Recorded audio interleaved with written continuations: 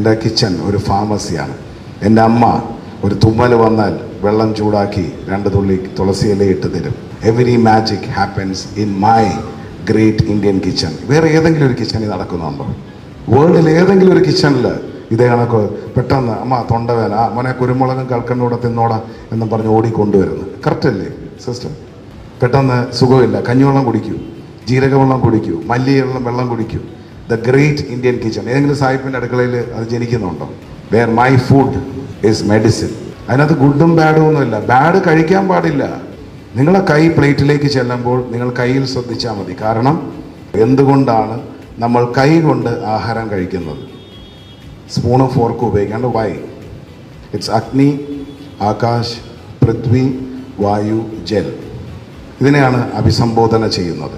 When you hold the food with the 5 fingers, നമ്മൾ ആഹാരം എടുത്ത് കൈ പിടിക്കുമ്പോൾ it is basically the 5 elements of the world.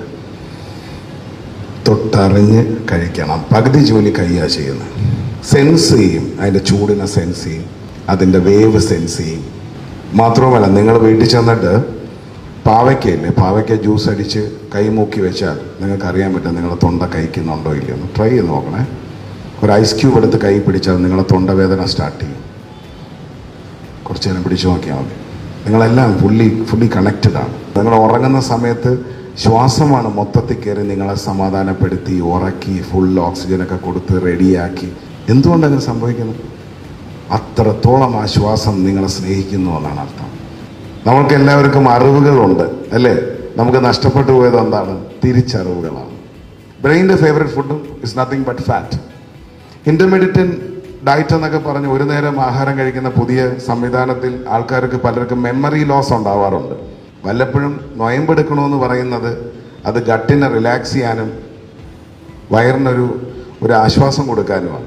എല്ലാ 24 മണിക്കൂറും ജോലിയല്ലേ, 365 days.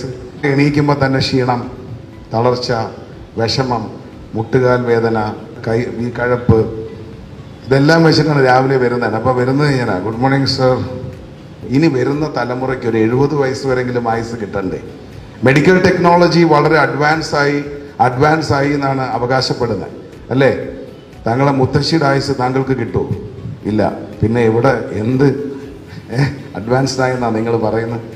ചോക്ലേറ്റും ഹോർലിക്സും ബൂസ്റ്റും ഒക്കെ കലക്കി കൊടുത്ത് നമ്മളെ കുട്ടികളുടെ ആയുസ് ഇല്ലാതാക്കുന്നത് എന്തുമാത്രം ഒരു പാപമാണെന്നൊന്ന് ചിന്തിച്ചു നോക്കി. നിങ്ങളുടെ ഡെഫിനിഷൻ മാറണമെങ്കിൽ നിങ്ങളുടെ ആഹാര ചൈതന്യം മാറണം. അൽഫാം മുക്കി വയ്ക്കുന്ന വിനീഗർ അൾട്രാ ക്യാൻസറസ് ആണ്. കുടൽപ്പുണ്ണുണ്ടാവും. വേണമെങ്കിൽ കഴിച്ചാൽ മതി. എനിക്കിതിനോടൊന്നും ഒരു എതിർപ്പുമില്ല. നിങ്ങൾക്ക് അറബി നാട്ടിൽ പോയി അറബിക് ഫുഡ് കഴിക്കണം.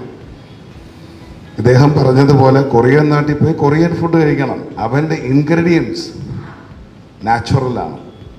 ഇവിടെ വരുന്നതെല്ലാം ഫാബ്രിക്കേറ്റഡ് ആണ്. അപ്പം നമ്മളുടെ വീട്ടിലെ പ്ലേറ്റ് കറക്റ്റ് ചെയ്യുക. ആ പ്ലേറ്റിനകത്ത് വെക്കുന്നതിനകത്ത് ബന്ധങ്ങളുണ്ട്, സ്നേഹമുണ്ട്, സൗഹൃദമുണ്ട് എന്ന് നിങ്ങൾ തിരിച്ചറിയുക. പ്രകൃതി മാജിക്കാണ്. ഉപ്പാണോ ഉപ്പിലിട്ടതാണോ നല്ലതെന്ന് ചോദിക്കുന്ന കണക്കാണ്. കോഴിമുട്ടയാണോ കോഴിയാണോ ആദ്യം വന്നതെന്ന് ചോദിച്ചാൽ മാജിക്കാണ്. Enjoy the magic of life. നമ്മളെ നാക്കിൽ ഒരു കഷ്ണം കല്ലുപ്പ് വെച്ച് ഒരു ഗ്ലാസ് വെള്ളം കുടിച്ചാൽ നമ്മളെ ബോഡിയിൽ ഇലക്ട്രോലൈറ്റ്സ് ഉണ്ടാവുമെന്നാണ് പറയുന്നത്.